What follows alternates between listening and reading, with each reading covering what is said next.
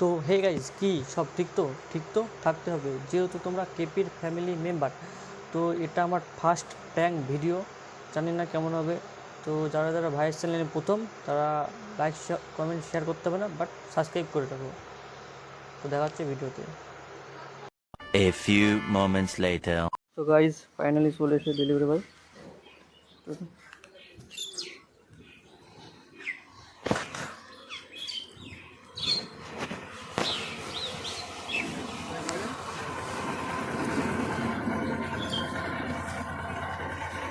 দেখছি 162 টাকা। একটু পরে আসেন, 5 মিনিট পর।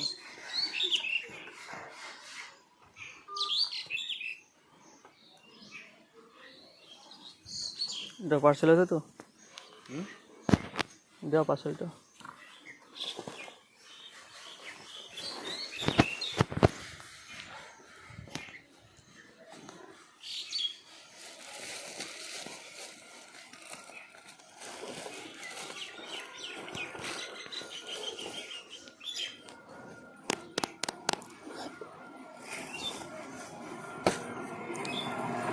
কত টাকা দেবে? 282। তো গাইজ এখানটা একটু প্রবলেম হয়ে যায়, মানে যে আমার ক্যামেরাম্যান ছিল দেখতেই পেলে ভিডিওটা, মানে ক্যামেরাটা স্টপ করে দিয়েছিল, তাই কিছু করতে পারছিলাম না। নটা নেবো না টাকা। কেন? খুচরো পয়সা অত দিলে আমরা চালাবো কী করে? কোথায় কোম্পানি কি লেখা আছে নাকি যে খুচরো পয়সা নেবে না? এই কোম্পানি তো আমার কাছ থেকে তো নেবে না, তাছাড়া তো আমার কাছে এখন নিয়ে না, ম্যানেজ করতে হবে। তো কিছু করার নেই দাদা, নিতে হবে।